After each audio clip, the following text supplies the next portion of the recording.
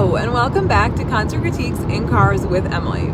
So, this show is a wild one. Lots going on, but also very cool. So, let's get started. So, this show is my Rhode Island show. So, I went to go see Green Knuckle Material, and I was under the impression that they were the headliner of this show. But they weren't, so let's talk about that. So the opener was Human Zoo, and let me tell you, they picked the perfect name for their band.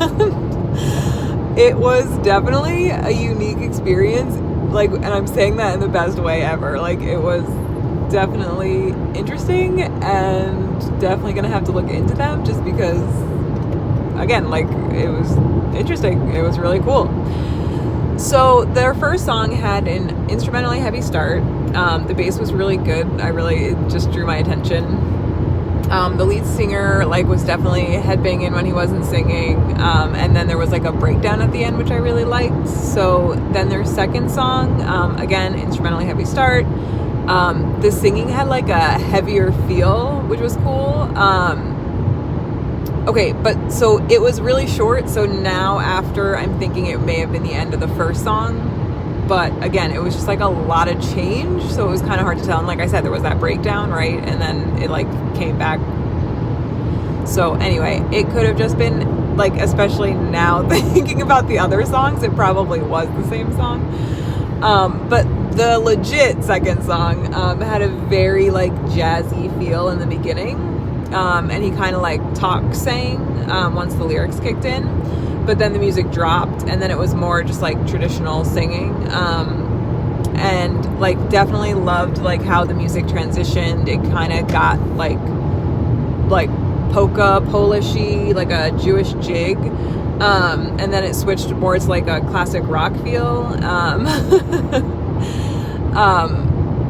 Yeah, and so it was funny. So then this recording went off, and the band kind of giggled, but I don't know. It was just weird, but it was kind of a fun moment. So yeah, so then it got heavier, and then it felt more just a more modern rock sort of a feel. So that song was definitely interesting. It had a lot of directions. So then after that, the recording went off again, and that's when the light clicked in my head, and I was like, oh, I think that's why they were kind of laughing, because they were that wasn't supposed to happen. But whatever, they totally dealt with it professionals, just kind of let it roll off, didn't say anything about it, so that was, good for them. So this song had a quick, short feel in the beginning. I really liked the instrumentals between the chorus and the second verse in particular. Then they had an extended instrumental bridge / outro sort of, and then he came back with a few more lines, and then they went back into the instrumentals to officially end that song. So then they said the previous song that I was just talking about was about George Bush's paintings and paint palette or color palettes in general. Fun. And then he said this one is more vague. So he's saying this in a higher key, and there was a slower sound to start, but then there was a really cool build up to the heavier instrumentals with the bass. I really liked the shift in instrumentals, but then they shifted back, and yeah, so I wasn't a huge fan of when the singer went too high in his key, but again, this song is a lot of changes, so I appreciated that, but then I really liked the next shift back to the chorus. So then there was this non-traditional word part, so it's just las, das, bas, at the end, which was super unique, and I really liked that, so that was pretty cool. And then he held the last note for a really high and for a really long time, which was super impressive. And then after that, they had a gang vocal part, which was really cool. So again, that song was all over the place, but in a super fun and interesting way. So after that, there was a song that had a quick short feel with a very polka-y feel to it. Loved it. like so cool. And then there was a lyric about the moon, which I really liked. There was more instrumentals, and then like a lot of fluctuation. The guitar got like really like rock, and then there was another shift. Yeah, and then there was just like that long instrumental outro. So again, definitely like interesting stuff. That was pretty cool. After that, he pulled out like a percussion thing where you like slide it. I don't know. And then he made a joke about like, so it was good. That song had a quick, short feel. And it was like a less instrumentally heavy start. But then the instruments came in after the first few lines, but then they dropped again. There were a lot of big shifts in the sounds. Music would drop, and then it got like feedbacky noises, like to build back up. And then he chanted a line, and then the music like built back up, but then it stopped, and then he chanted that line again, and then it really got heavy, like heavy metal heavy. And the music drops and shifted. So there was just a lot of like roller coaster, like dropping and shifting, all very interesting, all very unique. Hadn't really heard anything like that before. Then they went into a cover of I'm a Believer, and they did the first verse and a chorus. So that was cool. That was how they ended their set. But yeah, definitely an interesting band. And again, like so aptly named. It was great. After that, Free Beer played. And their first song was called Puppy Love. So when they went into the verses, it's like really like quick feel to the lyrics. And I really like the instrumentals in the chorus. And then there were like pauses before the choruses, like with, I don't know, it was great. I really liked that part. And then again, there were like those quicker, like more rap feeling lyrics. But I thought it was a really good opener. It was like a super catchy song, and it definitely grabbed my attention, so I really liked that. After that, they played a song called Broken Mirror, and it was really funny. The guy was like, this song is called Broken Mirror, but I'm sure you're gonna forget that. And I wanted to be like, I'm not, I'm here, I'm writing it down. So that hopefully is like, just, I don't know, I liked that. I thought that was funny. Anyway, it had an instrumentally heavy start. I really liked what I'm going to call the bridge. And then the instruments were really good towards the end. So that was a cool song. The next song had a slower start with a less instrumental heavy start, but a short, quick feel of the lyrics. I really liked it. The instruments came in for like the pre-chorus, chorus, and then it got like really fast. I liked the chorus. There was like a music drop, and then again you went into like that more like rap-y feeling lyrics, and then came back into the chorus. So yeah. So again, it was definitely a unique feel, and it was just interesting, especially coming off the previous band that had a lot of different fluctuations. Again, this was like that like rap style lyrics in rock songs, so it was just interesting, and I liked it. Then after that, I'm gonna say the song was called Low. I think that's what it was called. It also could have been called Slow, because Slow and Low were both in the chorus. Anyway, it was a slower start. I really liked the lyrics at the beginning in particular, and then again got more of like that rap feel when the instruments kicked in. I liked the lyrics throughout, the buildup of the instruments into the chorus, which was really cool. And then the instrumental bridge / end, I really enjoyed that. And afterwards, he said we did a Tiny Desk song to that. So I definitely would check that out, because I like Tiny Desk. But yeah, it's cool. So after that, it was their last song. It was instrumentally heavy start, and then again had that rap feel for the verses. And it said, so he said like, and everyone loves free beer in one of the verses, like right before the chorus. So that was really cool. I actually really liked that. I thought that was like clever. And then the singer walked off the stage while the rest of the band kept playing, and they played, and it was like super awesome. I really liked it. one point, the drummer, like, I really, really liked what he was playing. And then the singer came back out to finish the song. But then there were more instrumentals. So he sang a few more, like the chorus again. And then there were more instrumentals. So yeah, really cool set. And again, like that rappy feel in a rock song, which was pretty cool. So then after that, I thought Hello Atlantic was coming out. They did not.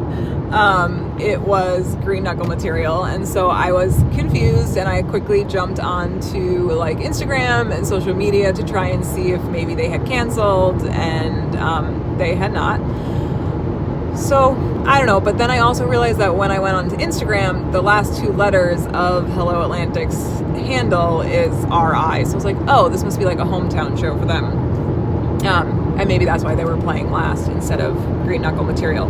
But anyway, Green Knuckle material, loved the lyrics and just like the feel of the band in general. Again, I've been listening to them and I knew that I was going to like a lot of their songs, but it was just so good to see it like up in person live. It was great. Definitely had like that upbeat instrumental start, which was great, and the chorus was catchy. So again, really good opener, like just pulling people in. I really liked that. The second song had an instrumental heavy start, which had also like a short, quick feel, which I loved. He told the crowd to come in closer, so that was nice. And there was like more of a short, quick feel in the pre-chorus, which I absolutely loved. And the lyrics were great too in the pre-chorus. Really loved that pre-chorus. The instrumentals dropped, again for the verses. And yeah, that pre-chorus was just great. And I want to say maybe this was One in Blue, or Blue maybe, but that was the line that was repeated the most. So after that, their next song had that short, quick feel again, with lyrics and instruments they both had that feel. Full instruments came in with the chorus and then dropped for the second verse. I really liked the lyrics in the second verse in particular.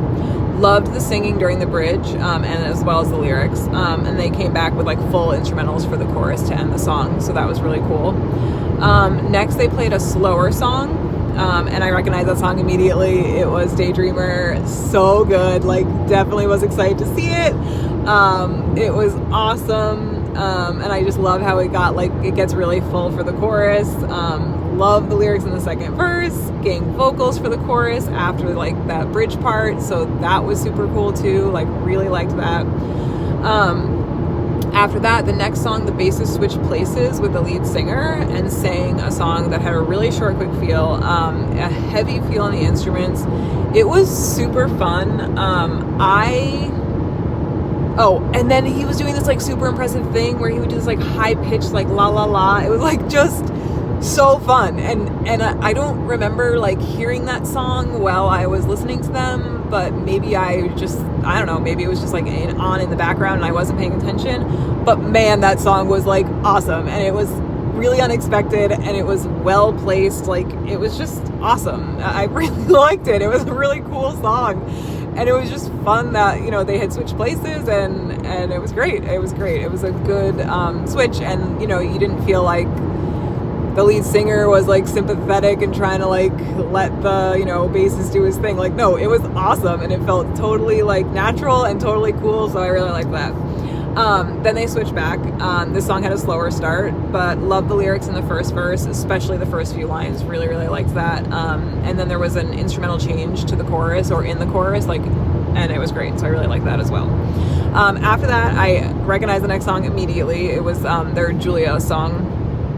Short, quick feel in the verse. Really excited to see it live. Really liked the second verse too. It was just great. Really good to see. And then after that, they ended with their newer single that they had just released, Beg For It.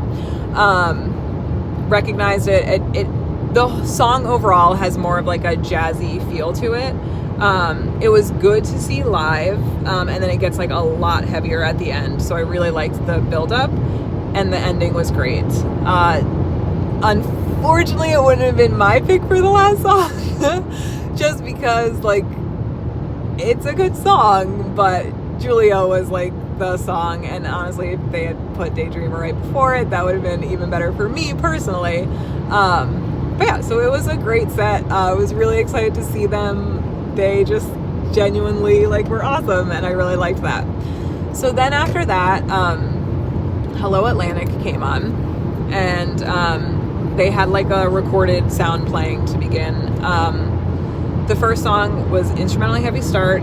It was really hard to hear the singer for this whole entire set.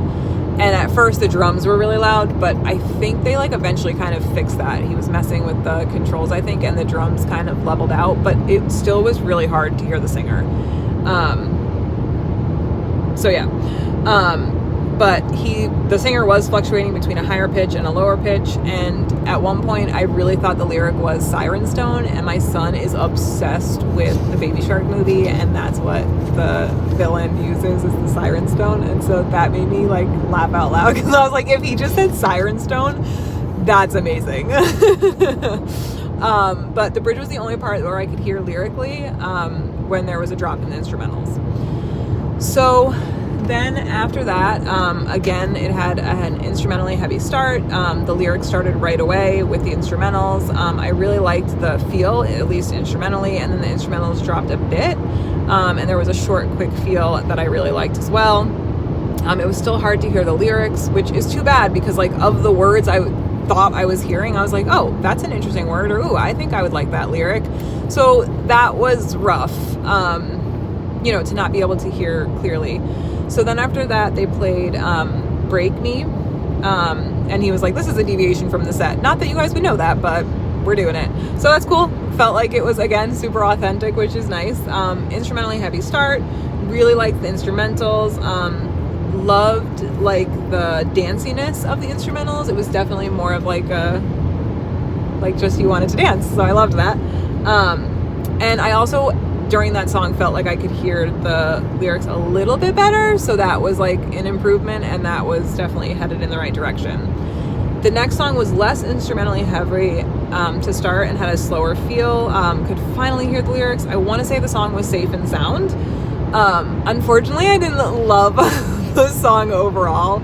I think it was the chorus. I wasn't a huge fan. It didn't really do anything for me. So, of course, the one song I could hear, it was not like the song for me. After that, they played a song called Colors. Instruments and lyrics started at the same time, fluctuated pitch during the bridge. Okay, and so I honestly, as I was sitting there, I'm like, I don't know if I love this fluctuation because it's amazing, or if I literally don't like it at all. But I appreciated the variation at the very least, and definitely want to hear it recorded, because again, like, there were definitely some things that could have maybe been missed, especially because again, it was hard to hear the lyrics in general. So yeah, so that was definitely interesting.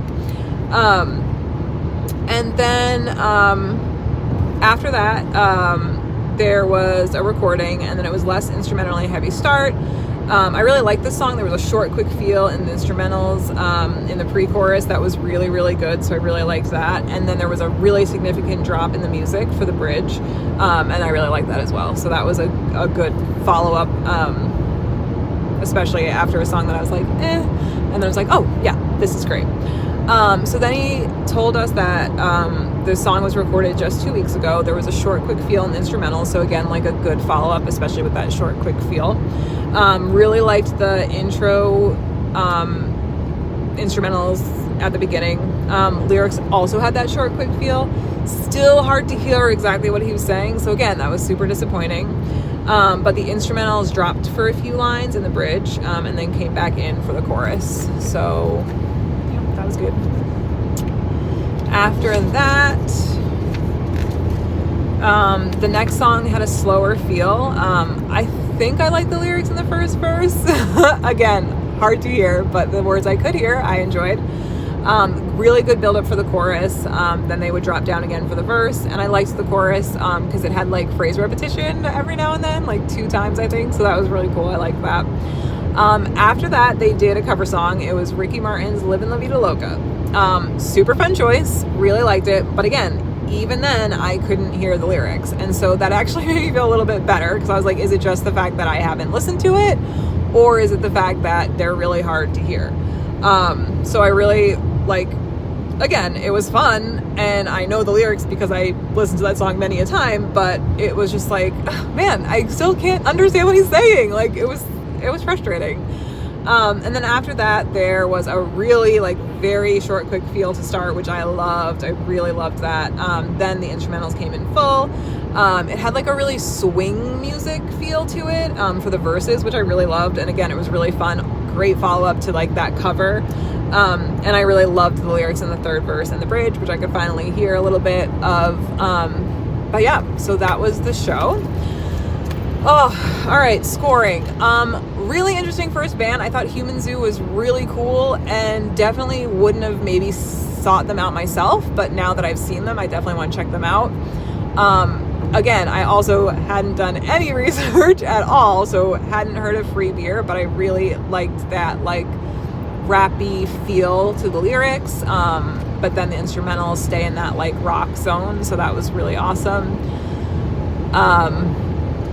Green Knuckle material was fantastic. Lots of great choices. I really liked, just in general, the only thing I didn't super love was, again, that last song choice.